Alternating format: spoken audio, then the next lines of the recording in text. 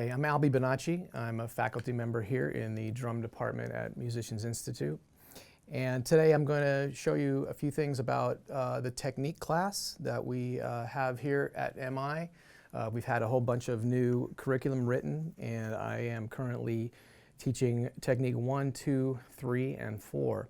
I'd like to start with a few things that I see students do and that I try to help them get better at and more loose and more comfortable about their technique. When we talk about technique, we're talking about holding sticks and exercises that we can do to improve our technique, our endurance, our speed, to be comfortable when we play, things like this. So the first thing that I usually see students do that I try to help them with is that the fulcrum position in their hand here is really tight and usually closed.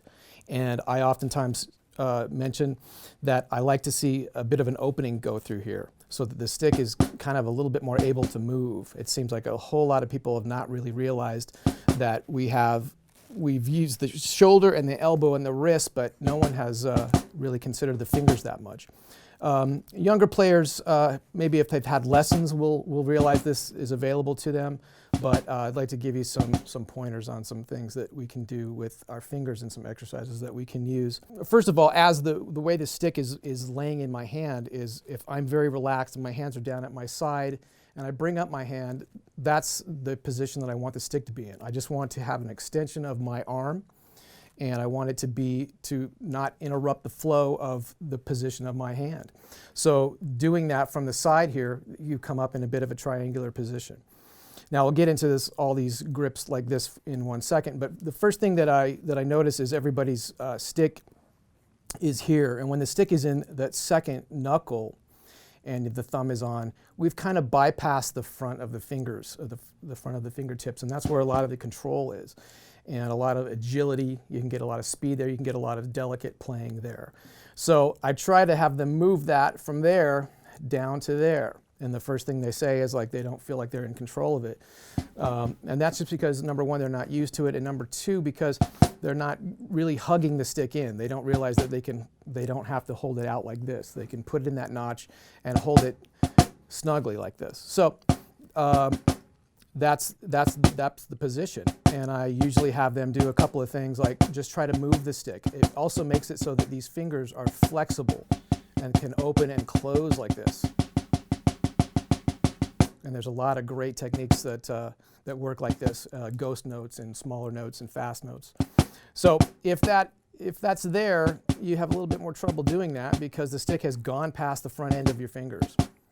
So that's my first little introduction to that. And this takes some time to get better at, but a lot of times when we go to play double stroke rolls and things like that, I see the guys pull all their fingers off because it's the only way they can get it to bounce, because if they're like this, the fingers don't work.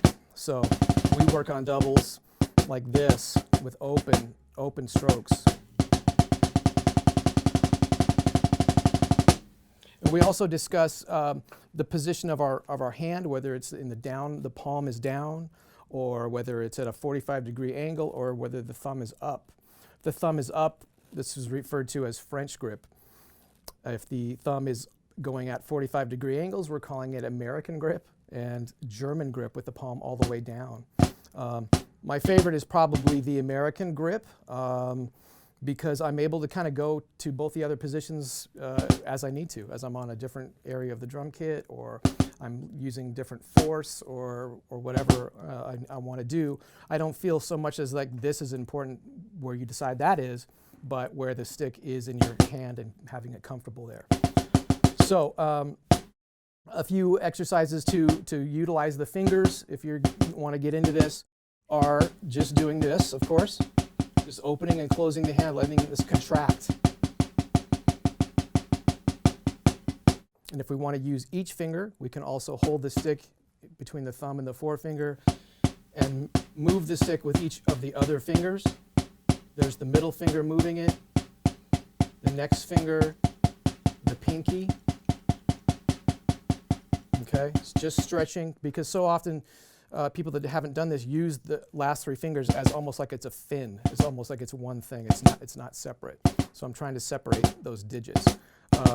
We also talk about people that want to learn traditional grip. We can get into that as well, and which leads me to a fun exercise that I have been doing for a while, is bouncing the stick this way between each of my fingers.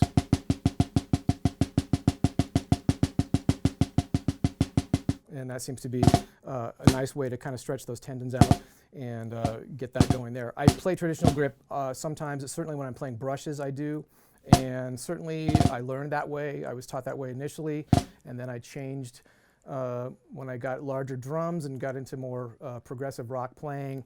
Then I went back to it, and now I'm caught in the middle somewhere. So we do offer techniques in both traditional and match grip. So yeah, again, this is fun. You could do this with the right hand also, bouncing it through each finger.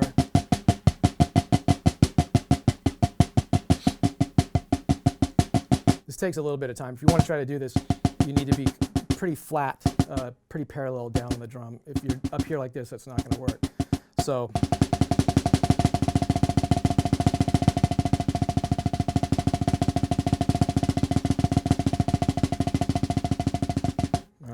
fun little thing.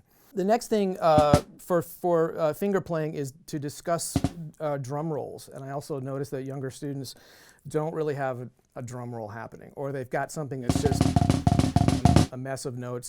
Sometimes there's 2 notes, sometimes there's 3, sometimes there's 1.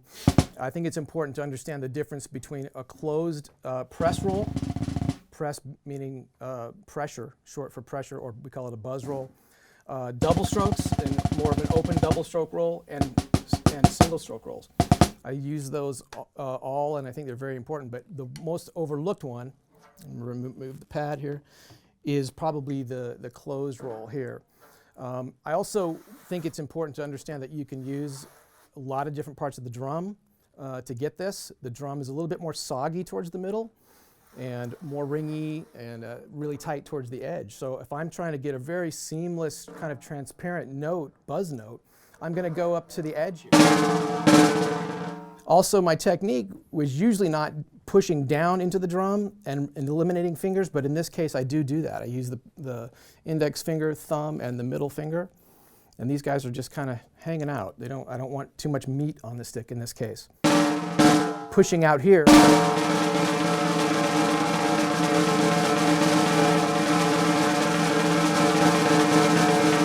Pushing into the drum. Now as I come into the drum down, it gets a little bit fatter, gets a little bit thicker. That's a good time from, say you're running on the pavement to you jump onto the beach. The stick will have a little bit better time trying to pull up into those doubles a little bit. So oftentimes I'll try to play like this.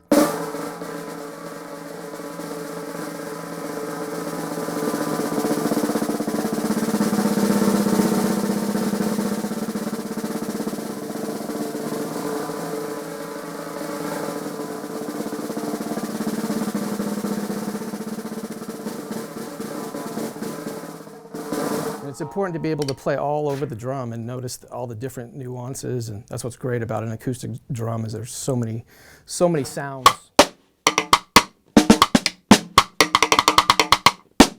It's really hard to emulate all those sounds. So very important to think about all the rolls, especially like if you're playing something and you've got a beat happening. What if I just went?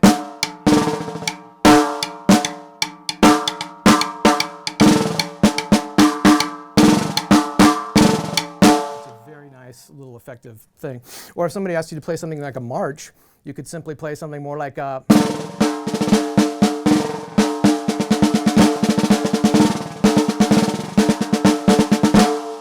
So very effective, very cool little thing to work on.